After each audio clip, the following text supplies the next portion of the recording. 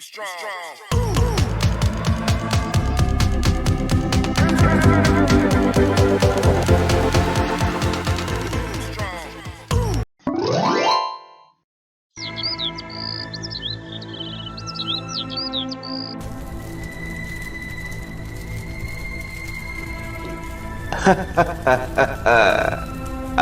মাত্র 3 দিন, 3 দিন পরেই আমি পেয়ে যাব সেই মহাশক্তি যার জন্য আজ 13টা বছর আমি আরাধনা করছি।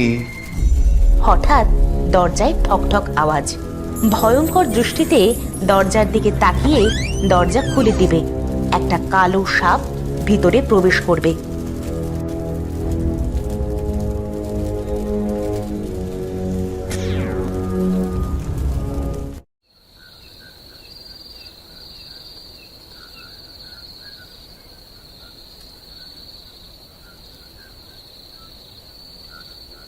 কি হলো? তোমায় এমন দেখাচ্ছে কেন? কোনো দুঃস্বপ্ন দেখেছো? জি মহারাজ, সেই স্বপ্ন। আহা, তোমাকে কত করে বলেছি এসব নিয়ে ভেবো না। 13টা বছর পার হয়ে গেছে, এখন আর কিছুই হবে না। আমি তো ভাবি না মহারাজ, কিন্তু হঠাৎ ওই স্বপ্ন দেখলাম কেন? আমার খুব ভয় করছে। কিচ্ছু হবে না, তুমি একদম চিন্তা করো না, ঘুমাও। তাই যেন হয়।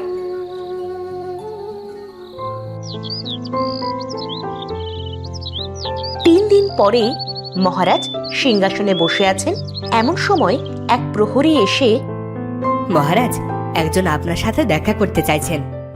তুমি বলনি কি এখন আমার দেখা করার সময় না? এখন আমি দেখা করব না। মহারাজ বলছি, কিন্তু তিনি তো নাছর বান্দা, যাবেন না। তিনি কি কোনো মেয়ে? জি মহারাজ।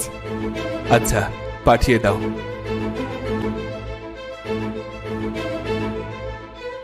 মেয়েটি এসেই মহারাজের সামনে বসে কান্না শুরু করবে। মেয়েটির মাজায় বেল্টের মতো একটা দড়ি বাঁধা। কি হলো? কে তুমি মেয়ে? আর কাঁদছো কেন? মহারাজ, আমার নাম মায়া। আমার কেউ নেই। আগে এক জায়গাতে কাজ করতাম, সেখানকার সবাই অন্য দেশে চলে গেছে। আমাকে দয়া করে রাজপ্রাসাদের কোনো একটা কাজ দিয়ে রাখুন। এভাবে কাজ দাও বললেই তো কাজ দেওয়া যায় না। আমাকে পরীক্ষামূলক ভাবে রাখুন। আমি সব কাজ পারি মহারাজ। আমার কাজ পছন্দ না হলে আপনি আমাকে বের করে দিয়েন। আচ্ছা, আজ থেকে তুমি রানীর সেবা করবে। প্রহরী, কে আছো? যাও, ওনাকে রানীর কাছে নিয়ে যাও আর বলো নতুন দাসী। আপনাকে অনেক অনেক ধন্যবাদ মহারাজ।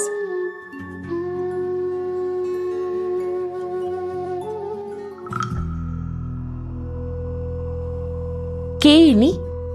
মহারাজ আপনার জন্য নতুন দাসী নিযুক্ত করেছেন মহারানী। আচ্ছা, যাও। জি মহারানী। তোমার নাম কি? মায়া। কি কি কাজ জানো? হ্যাঁ, আমি সব কাজ জানি মহারানী। বেশ, আজ তাহলে তুমি রান্না করো তো। জি মহারানী। এরপরে মায়া রান্নাঘরের দিকে যেতে থাকবে। ওদিকে কোথায় যাচ্ছ? রান্নাঘরে? ওদিকে রান্নাঘর তুমি কিভাবে জানো? মনে হলো। আচ্ছা, যাও তাহলে, রান্নাটা করো। রাতের বেলা মহারাজ এবং মহারানী শুয়ে আছেন। কি ইরা, তোমার নতুন দাসী পছন্দ হয়েছে? জি মহারাজ, তার রান্না তো আজ খেলাম, অসাধারণ। হ্যাঁ, আচ্ছা ঘুমাও তুমি, রাত হচ্ছে। হঠাৎ একটা সাপ দরজা দিয়ে প্রবেশ করে রানীর দিকে অগ্রসর হচ্ছে। বিছানায় এসে রানীর বুকে উঠে যখনই ছোবল দিতে যাবে, রানীর চোখ খুলে যাবে আর রানী সাপটিকে বুকের ওপর থেকে ধরে ফেলে চিৎকার করে উঠবে। কি হলো রানী? সাপ, আমাকে বাঁচান। দেখো তো কোথায় সাপ? কই, কোনো সাপ তো নেই। না না, আমি দেখেছি, আমার বুকে পড়ে উঠেছিল আর দরজার সামনে কেউ একটা ছিল। আহা রানী, এসব তোমার চোখের ভুল, তোমার বিশ্রাম দরকার, ঘুমাও। না না না, আমি প্রথমবারই ব্যর্থ হলাম। আর একটুর জন্য রানী বেঁচে গেল, কিন্তু আমাকে তো প্রতিশোধ নিতেই হবে। এবার আমাকে দ্বিতীয় চাল চালতে হবে।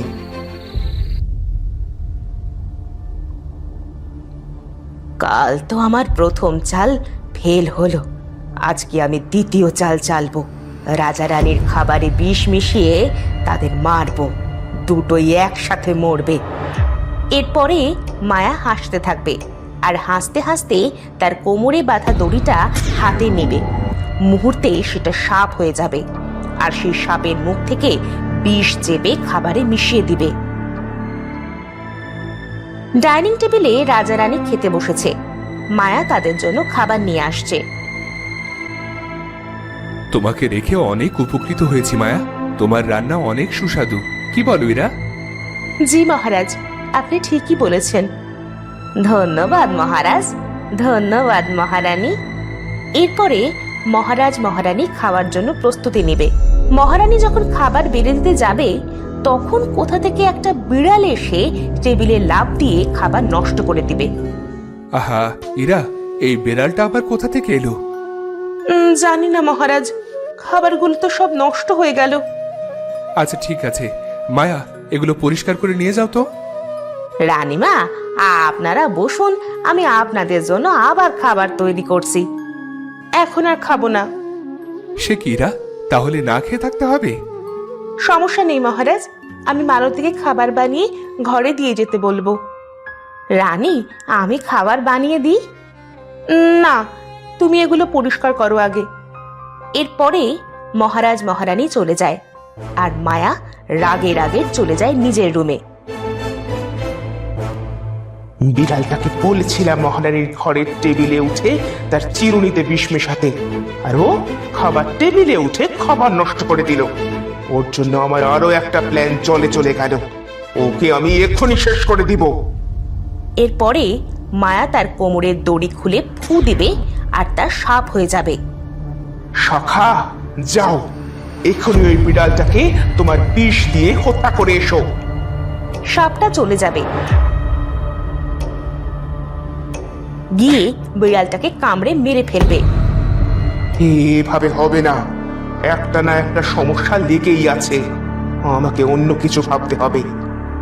কিছু সময় ভেবে সে রান্নাঘরের সামনে যাবে। মালতী রান্নাঘরে রান্না করছিল। সে তার শক্তি ব্যবহার করে রান্নার হাঁড়ি থেকে সাপ বের করবে। মালতী চিৎকার করে দৌড়ে বেরিয়ে আসবে। সাপের হাঁড়ি, মহারানী, সাপের হাঁড়ি। কি বলছো তুমি? কিছুই তো বুঝতে পারছি না। মহারাজ, সাপের হাঁড়ি। কি হয়েছে স্পষ্ট করে বলো, তুমি এত ভয় পেয়ে আছো কেন? আমি রান্না করতে গিয়েছিলাম, তখন হাঁড়ি থেকে সাপ বের হচ্ছে। কি সব আবুল তাবুল বলছো?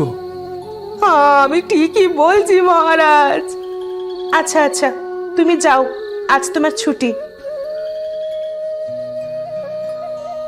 আজ তাহলে না খেয়ে থাকতে হবে, তাছাড়া কি আর করার। রাত হয়ে গেছে, ঘুমান। আজ না খেয়েই থাকতে হবে। আমি তোমাদের শেষ করে দিব।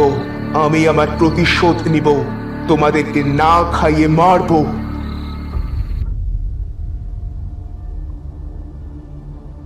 মহারানী, সাপের হাঁড়ি, সাপের হাঁড়ি মহারানী। সাপের হাঁড়ি মানে? মহারানী, রান্নার জন্য হাঁড়ি নিয়েছিলাম, কিন্তু হাঁড়ি থেকে যে সাপ বের হচ্ছে। কি হচ্ছে সব? আচ্ছা তুমি যাও, আমি দেখছি। মহারানী, কাল থেকে কিছু খাওয়া হয়নি, এভাবে চললে তো না খেয়ে মরবো।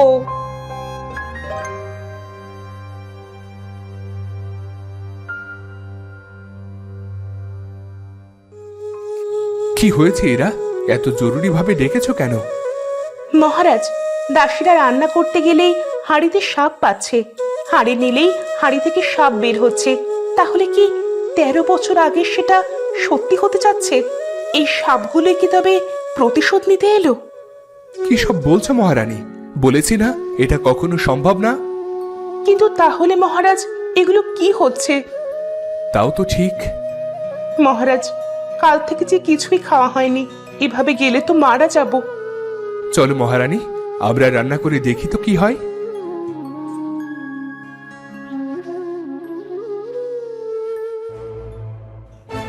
কিন্তু তারা যাওয়ার পরে যখনই হাঁড়ি নিতে যাবে রান্না করার জন্য, তখন হাঁড়ি থেকে সাপ বেরোতে থাকবে আর সেগুলো মহারাজ এবং মহারানীর দিকে কামড়াতে অগ্রসর হবে।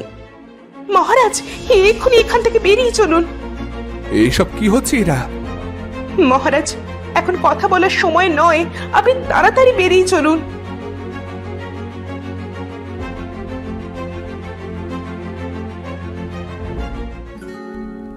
আজ 4 দিন হলো মহারাজ এবং মহারানী না খাওয়া। সাপের ভয়ে মালতী সহ প্রায় সব দাস দাসী চাকরি ছেড়ে চলে গেছে। প্রাসাদে রান্না করতে গেলেই হাঁড়ি থেকে সাপ বের হচ্ছে। তোমার কথাই ঠিক রানী, সে সত্যি সত্যি প্রতিশোধ নিতে এসেছে। আমাদের এবার না খেয়ে মরতে হবে। ও কথা বলবেন না মহারাজ। আচ্ছা, কে সে? তাকে তো শেষ করতে পারলেই সব সমস্যার সমাধান হয়ে যায়। মহারাজ, মায়া প্রাসাদে আসার পর থেকেই যত সমস্যা শুরু হয়েছে। আর ও যেদিন এসেছিল একা একাই রান্নাঘরের দিকে চলে যাচ্ছিল। ও যেদিন আসছিল আমি সাপ দেখেছিলাম, আর হয়তো দরজার কাছে ওই ছিল। তাছাড়া আমরা যেদিন রান্না করতে গেছিলাম সেদিনও জানলার ধারে দাঁড়িয়েছিল। হ্যাঁ রানী, এজন্য ও এখনো রাজপ্রাসাদ থেকে যায়নি। তখনই মায়া হাসতে হাসতে তার ভয়ঙ্কর রূপ ধরে প্রবেশ করবে, আর তার পিছনে শত শত সাপ। আপনি ঠিকই ধরেছেন নানি, আমি সেই আতঙ্ক। আজ থেকে 13 বছর আগে চুরির অপবাদে আপনারা আমার নির্দোষ বাবাকে হত্যা করেছিলেন। দেখো মায়া, তুমি আমাদের ছেড়ে দাও, তোমাকে আমি এই রাজপ্রাসাদ দিয়ে দেব। আমি লোভী নই, আমি আমার প্রতিশোধ নেব। সেদিন ফাঁসির মঞ্চে দাঁড়িয়ে আমার বাবা বলেছিল, এর প্রতিশোধ একদিন কেউ নিতে আসবে, সেই কেউ একজন আমি। দেখো মায়া, সেদিন ভুল বোঝাবুঝি হয়েছিল। অপরাধী অন্য কেউ ছিল। ভুলে তোমার বাবাকে আমরা শাস্তি দিই। এই কথা তো সেদিন বাবা অনেকবার বলেছিল, কই আপনারা তো শুনেননি। যা হবার হয়ে গেছে, এখন তুমি আমাদের মাফ করে দাও, তোমার পায়ে পড়ছি। 13 বছর সাধনার পর আপনাদের মারার শক্তি অর্জন করেছি আমি। আজ এই শক্তি বলে আপনাদের দুজনকে হত্যা করব, কেউ আটকাতে পারবে না। মায়া তার সাপেদের রাজা রানীর দিকে আহ্বান করবে।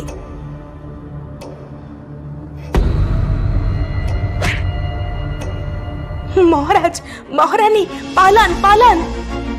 রাজা রানী পিছনের দরজা দিয়ে পালাবে, আর মালতী পালাতে পারলেও তাকে 2-1টা সাপ কামড়ে দিবে।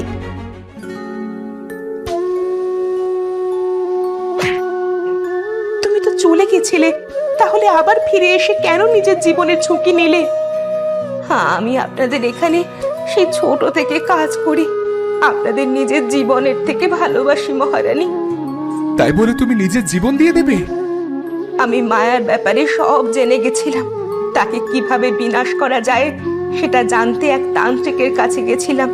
সে বলল তার লাঠিটা ভাঙ। কথা বলতে বলতে মালতী মারা যাবে। মালতী, মালতী চোখ খুলো মালতী। মায়ের হাত থেকে লাঠি চলে যাওয়াতে সাপগুলো তার আওতা থেকে বিচ্যুত হয়ে যায়। তখন সাপগুলো স্বাধীন হয়ে যায়, তাই মায়ের ওপরেই সাপগুলো আক্রমণ করে। বাঁচাও, বাঁচাও। তো বন্ধুরা, ভিডিওটি কেমন লাগলো? যদি ভালো লাগে চ্যানেলটি সাবস্ক্রাইব করে